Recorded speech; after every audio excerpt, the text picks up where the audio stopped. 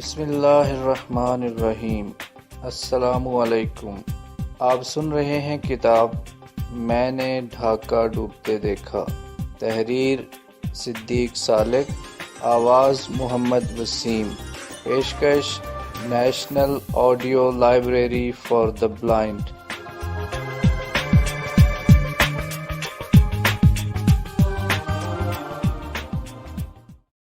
حصہ اول، سیاسی افق۔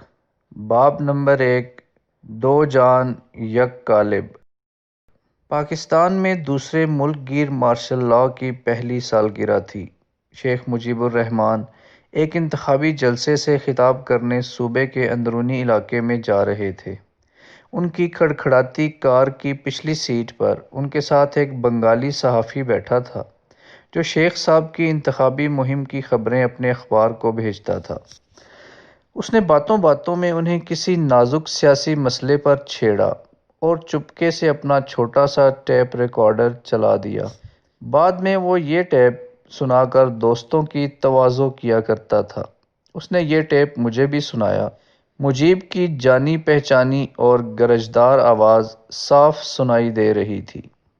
ایوب خان نے مجھے مقبولیت کی ایسی معراج پر پہنچا دیا ہے کہ اب کوئی شخص میری مرضی کے خلاف نہیں جا سکتا، کوئی شخص مجھے نہ نہیں کہہ سکتا، حتیٰ کہ یحییٰ خان بھی میرے مطالبات کو رد نہیں کر سکتا۔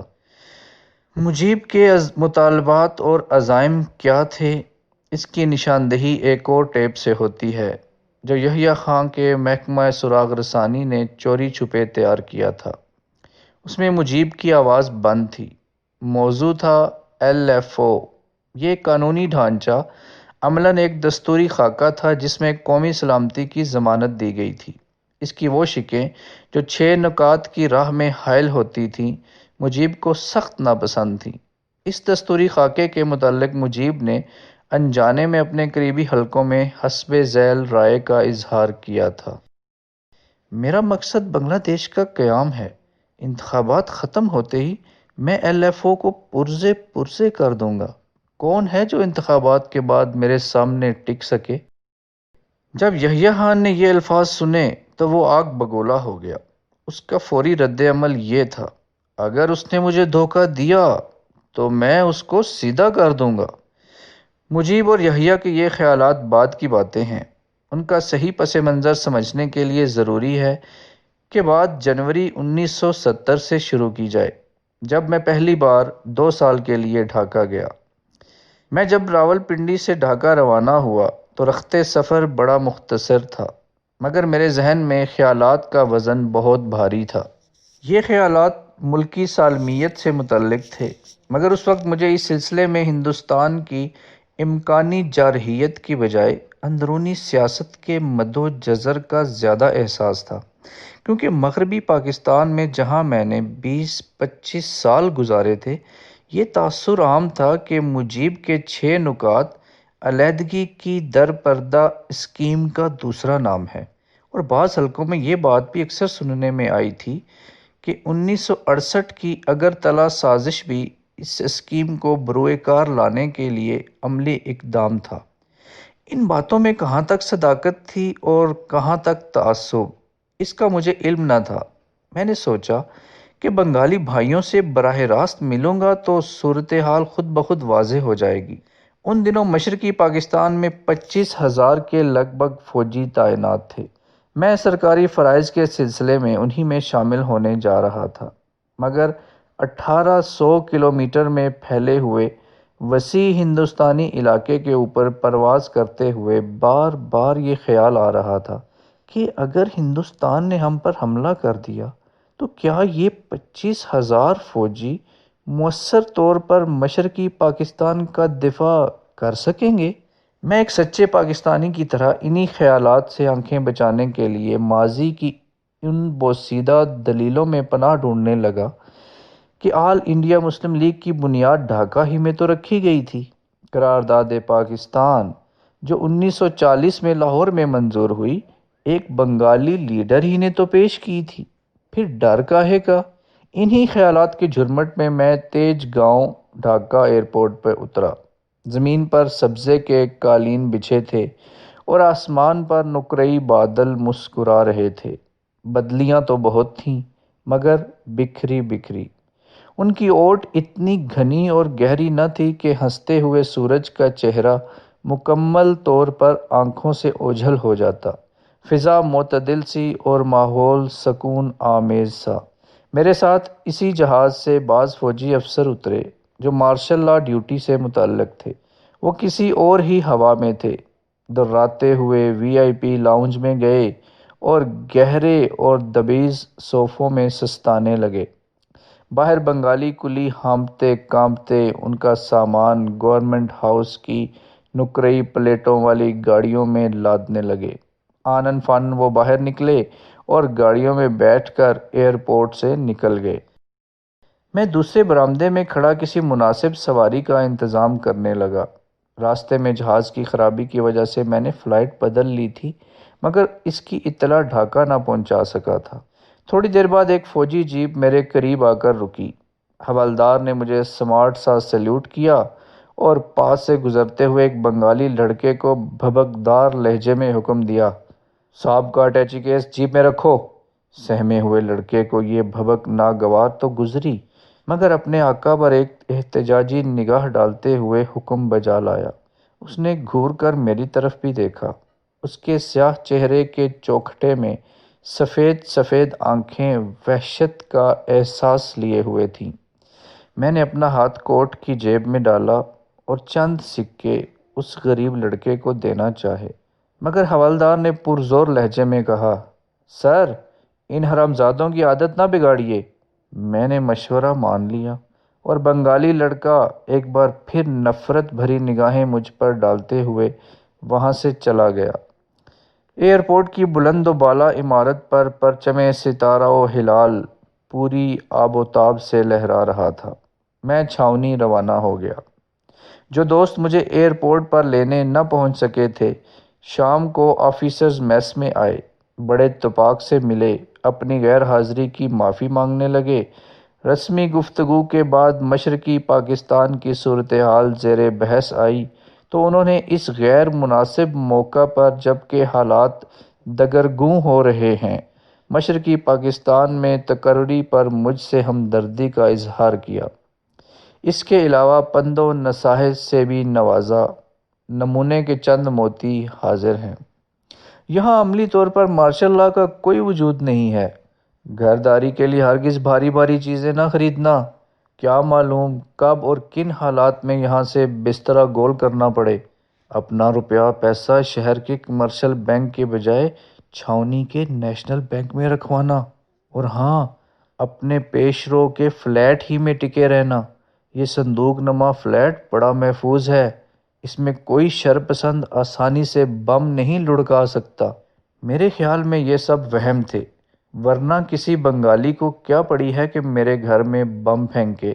صورتحال خراب سے ہی مگر اتنی تو نہیں کہ شعلے اچانک بھڑک اٹھیں۔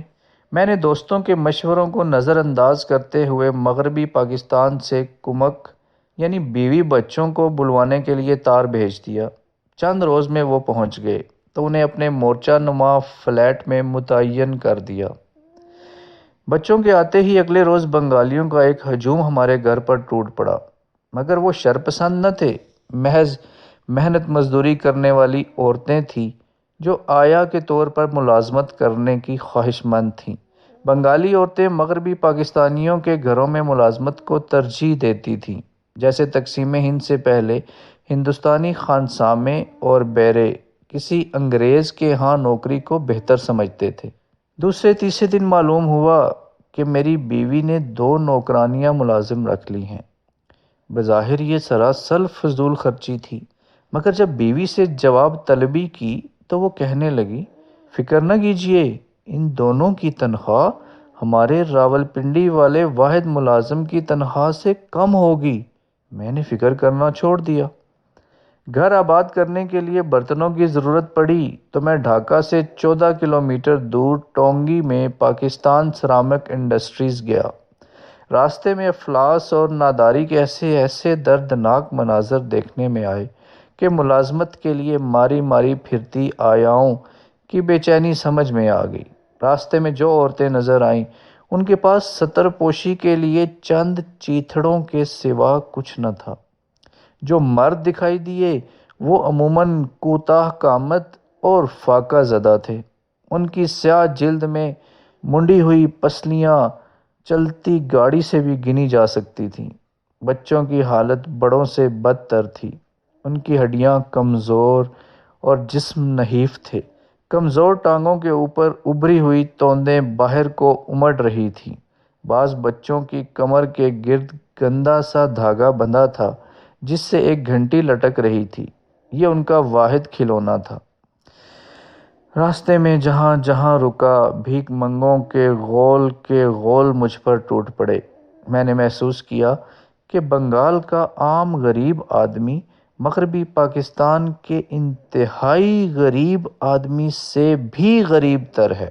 مجھے مشرقی پاکستان کی معاشی بدحالی کے بارے میں سنی ہوئی باتوں میں وزن نظر آنے لگا۔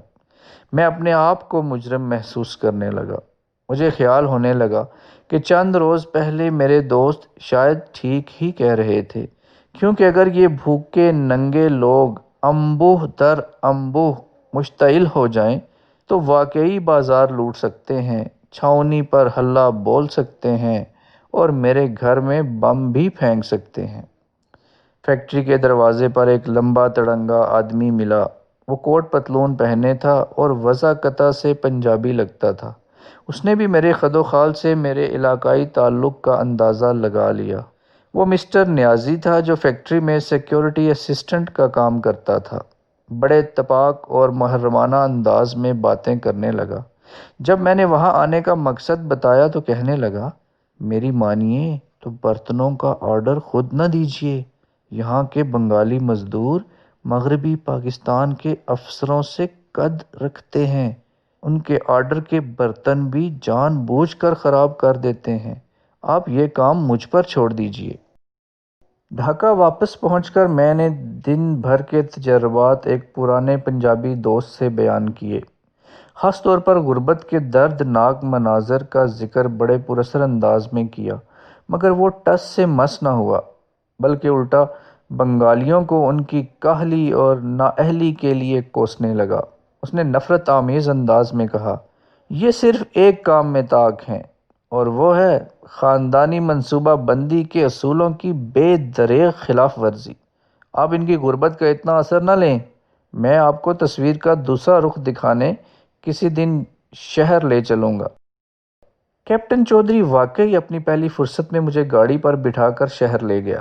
پہلے ہم شہر کے شاندار علاقوں میں گھومتے رہے، جن میں state bank, government house, high court, engineers institute, railway station, university campus, Baitul Mukarram, stadium, new market اور ایسی ہی باروب عمارتیں شامل تھیں۔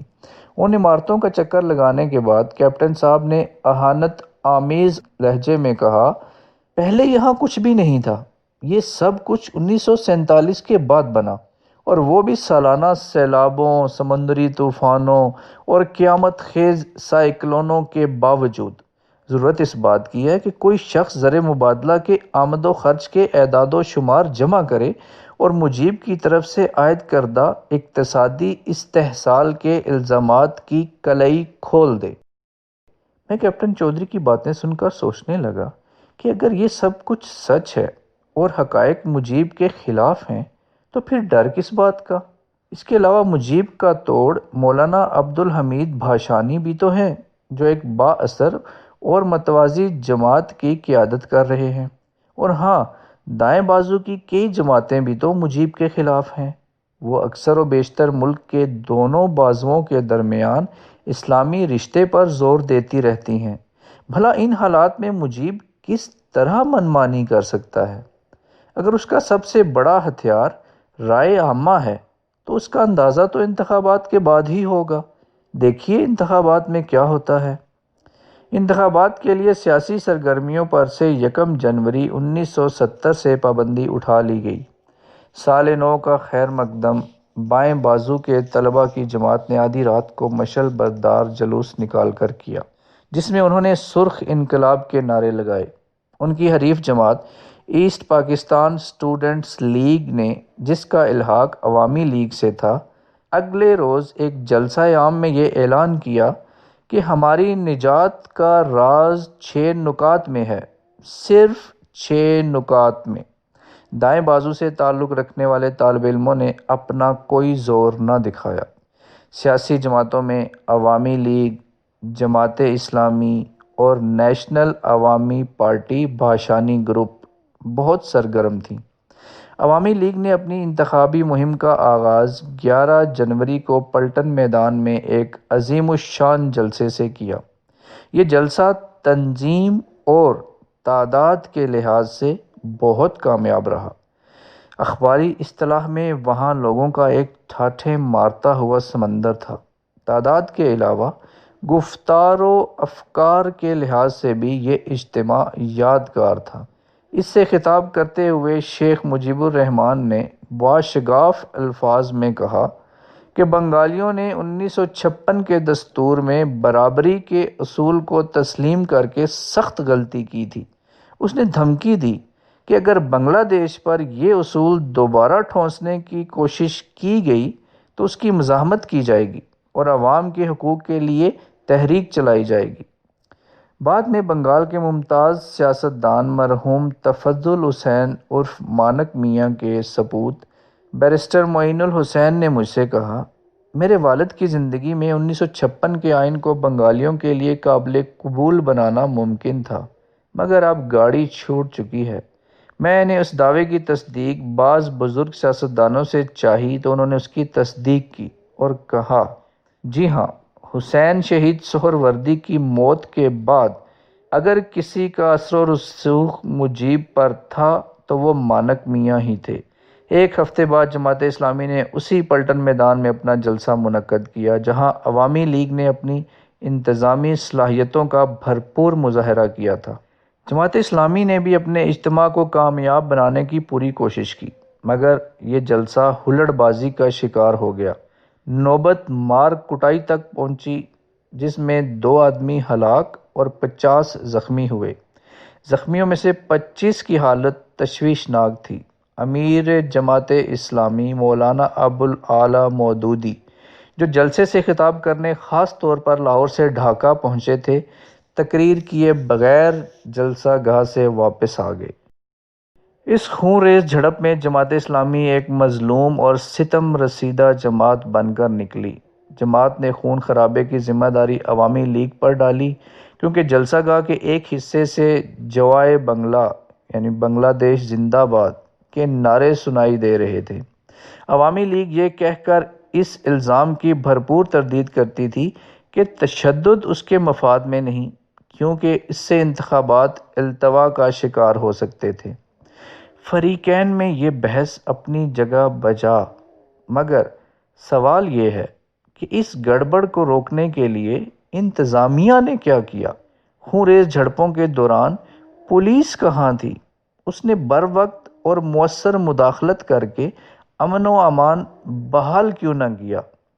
میں نے یہ سوال مارشل لا انتظامیہ کے ایک اعلیٰ افسر کے سامنے اٹھائے تو اس نے کہا، حکومت نے جماعت اسلامی کو ضروری تحفظ کی پیشکش کی تھی، مگر جماعت نے اسے یہ کہہ کر رد کر دیا کہ ہمارے پاس انتظام ہے۔ اس سے انتظامیہ یہ سمجھی کہ غالباً جماعت یہ تاثر دینا چاہتی ہے کہ اگر عوامی لیگ اپنے بل بوتے پر اتنا شاندار جلسہ کر سکتی ہے تو ہم بھی کسی سے کم نہیں، کیونکہ حکومت کی پناہ تو ہمیشہ کمزور جماعتیں ہی ڈھونڈتی ہیں۔ میں نے جب یہ بات جماعت کے ایک ہمدرد سے کہی تو اس نے جواب دیا، نہیں، یہ سراسر جھوٹ ہے، جماعت نے کوئی پیشکش نہیں ٹھکرائی۔ در حقیقت حکومت اپنی غیر جانبداری قائم رکھنے کے لیے سرے بام بیٹھی تماشا دیکھتی رہی۔ جنوری 1970 کا تیسرا اہم سیاسی واقعہ سنتوش میں کسانوں کی ریلی تھی، جس کا اہتمام مولانا بھاشانی کی نیشنل عوامی پارٹی نے کیا تھا۔ اس میں شرکت کی دعوت نامے تمام پارٹیوں کو دیے گئے جو سوشلزم میں اعتقاد رکھتی تھی۔ حکومت نے اس ریلی کو کامیاب بنانے کے لیے خصوصی گاڑیاں چلائیں اور جلسہ گاہ تک بجلی پہنچانے کے انتظامات کیے، کیونکہ گورنمنٹ ہاؤس میں بیٹھے ہوئے بعض سیاسی پنڈتوں کا خیال تھا کہ مجیب الرحمان کا اثر زائل کرنے کے لیے نیب بھاشانی کو کامیاب اور فعال بنانا ضروری ہے۔ اس کے باوجود ریلی ناکام ہو گئی۔ ناکامی کی وجہ کسی حریف جماعت کی دخل اندازی کے بجائے اس کا اپنا اندرونی انتشار تھا۔ کئی دنوں کے شور شرابے کے بعد اگر اس تقریب سے کچھ برآمد ہوا تو چند نعرے تھے: خون اور آگ، آگ آگ آگ، پرچی یا گولی، گولی گولی گولی۔ نیب بھاشانی کا انتہا پسند گروپ، جس کی قیادت پارٹی کے سیکرٹری جنرل مسٹر طاہا کے ہاتھوں میں تھی، سرے سے انتخابات میں یقین ہی نہ رکھتا تھا۔ اس کا خیال تھا کہ انتخابات سے حکومت تو بدل سکتی ہے مگر سماجی اور اقتصادی تبدیلی نہیں آ سکتی، جس کا واحد ذریعہ سرخ انقلاب ہے۔ ایک شام ایک اخبار کے دفتر میں میری ملاقات مسٹر طاہا سے ہو گئی۔ وہ نیب بھاشانی سے تازہ الگ ہوئے تھے۔ اپنی علیحدگی پر روشنی ڈالتے ہوئے انہوں نے کہا، میں نے پہلے عوامی لیگ کو اس لیے چھوڑا تھا کہ اس میں کوئی انقلابی شعلہ باقی نہیں رہا تھا، چنانچہ میں نے انقلابی نصب العین حاصل کرنے کے لیے نیشنل عوامی پارٹی کی بنیاد رکھی، مگر اب یہ پارٹی بھی اپنے نصب العین سے بھٹک گئی ہے۔ اب اس میں بھی عوامی لیگ کی طرح کوئی چنگاری باقی نہیں رہی۔ میں اپنا آئندہ کا لائحہ عمل انتخابات کے بعد وضع کروں گا۔ ان 3 سیاسی پارٹیوں کے علاوہ چند اور سیاسی جماعتیں اور گروہ بھی تھے، جن میں Krishak Sramik Party, Pakistan National League, Pakistan Democratic Party, Jamiat Ulema Pakistan اور مسلم لیگ 3 گروہ شامل ہیں۔ یہ سب سیاسی اکھاڑے میں اترے مگر افتاں و خیزاں ان میں سے کسی نے کوئی ایسا کارنامہ انجام نہ دیا جس سے سیاسی ہلچل مچ سکتی۔ البتہ ان نسبتاً چھوٹی جماعتوں میں پاکستان ڈیموکریٹک پارٹی کے صدر جناب محمد نور الامین کا ذکر ضروری ہے، کیونکہ انتہا پسندی کے اس جذباتی ماحول میں انہوں نے اعتدال، رواداری اور انصاف کی آواز بلند کی۔ یہ بہت بڑی بات تھی، کیونکہ تاریک آندھی میں چراغ جلانا بے شک نتائج کے لحاظ سے بے سود ہو مگر جذبے اور نیت کے اعتبار سے قابل ستائش۔ مسٹر نور الامین کی یہ آواز بے اثر ثابت ہوئی، کیونکہ ماحول بدل چکا تھا۔ قدریں روندی جا رہی تھیں۔ قومی سالمیت کے منافی نعرہ بازی روزمرہ کا معمول بن چکا تھا۔ اس آندھی کو روکنے والا کوئی نظر نہیں آتا تھا۔ حکومت کی گدی پر بیٹھنے والے اس آندھی سے بے خبر تھے یا دیدہ دانستہ اسے نظر انداز کر رہے تھے۔ سیاسی صورتحال کا جائزہ لینے کے بعد میں اقتصادیات کے وڈیروں اور بنگال کے دانشوروں کی طرف متوجہ ہوا، کیونکہ میرے خیال میں یہ 2 طبقے کسی ملک کی سیاسی تقدیر بدلنے میں خاموش مگر اہم کردار ادا کرتے ہیں۔ تجارتی حلقوں میں مسٹر رحمان، مسٹر احمد، مسٹر بھوئیاں اور چند دوسرے حضرات سے ملاقاتیں ہوئیں۔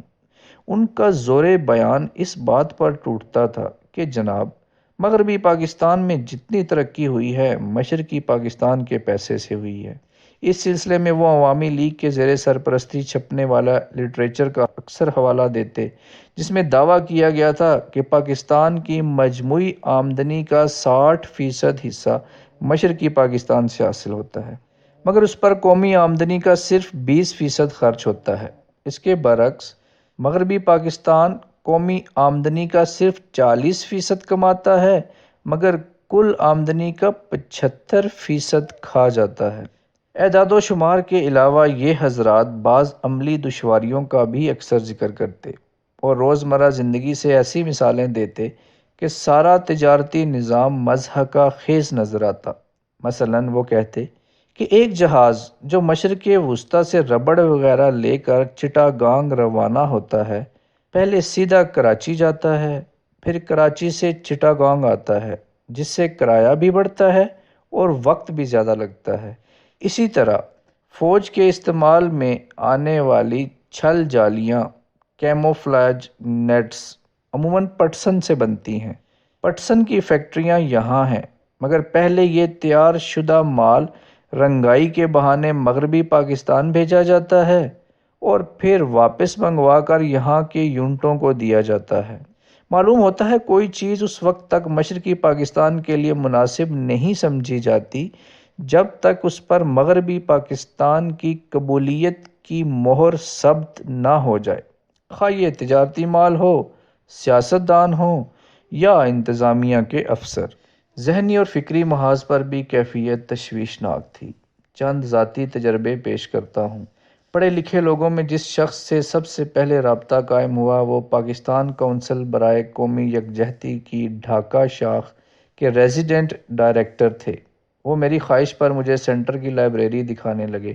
چلتے چلتے آرٹ سیکشن کے سامنے رک گئے، شیلف سے ایک اعلیٰ طباعت والی خوبصورت کتاب نکالی اور بنگالی لہجے اور نفرت سے کہنے لگے، ذرا ملاحظہ ہو راولپنڈی سے ہمارا ہیڈ آفس ہمیں کیا بھیج رہا ہے۔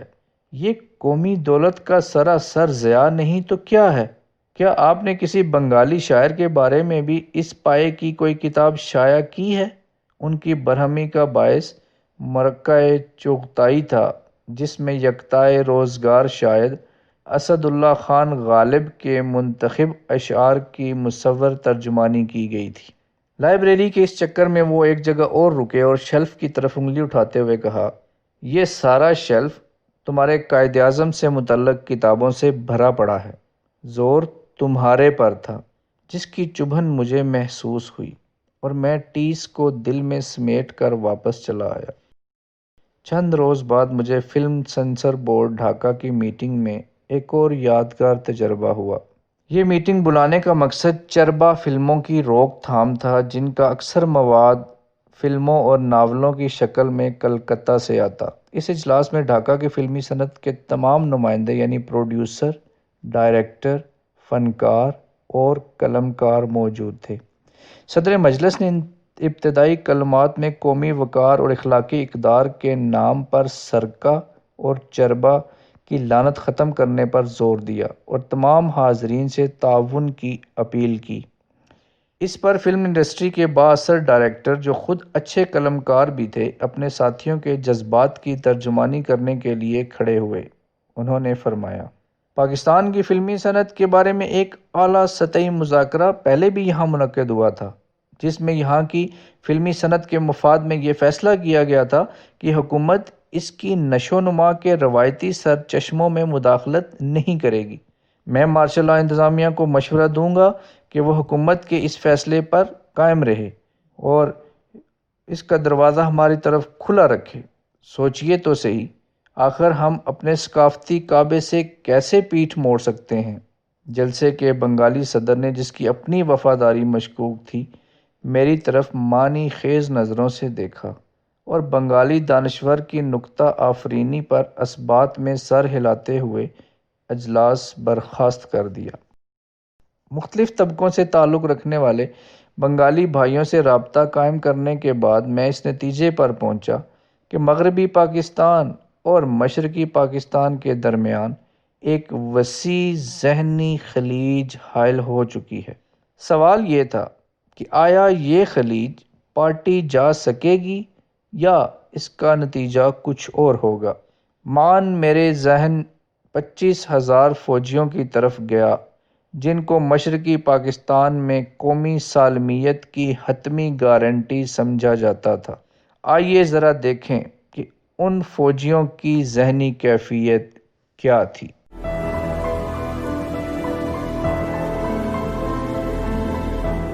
اگر آپ نے ہمارا چینل سبسکرائب نہیں کیا تو ابھی سبسکرائب کریں اور ساتھ ہی بیل آئیکن پر کلک کریں تاکہ ہماری نئی آنے والی بکس کی اپڈیٹس آپ کو ملتی رہیں۔ لائک کریں، شیئر کریں اور کمنٹس کر کے اپنی رائے کا اظہار کریں اور یہ بھی بتائیں کہ آپ کو ہماری بکس کیسی لگتی ہیں۔ مزید معلومات اور ڈسکشن کے لیے ڈسکرپشن میں دیے گئے لنک پر کلک کر کے ہمارا واٹس ایپ گروپ جوائن کریں۔ شکریہ۔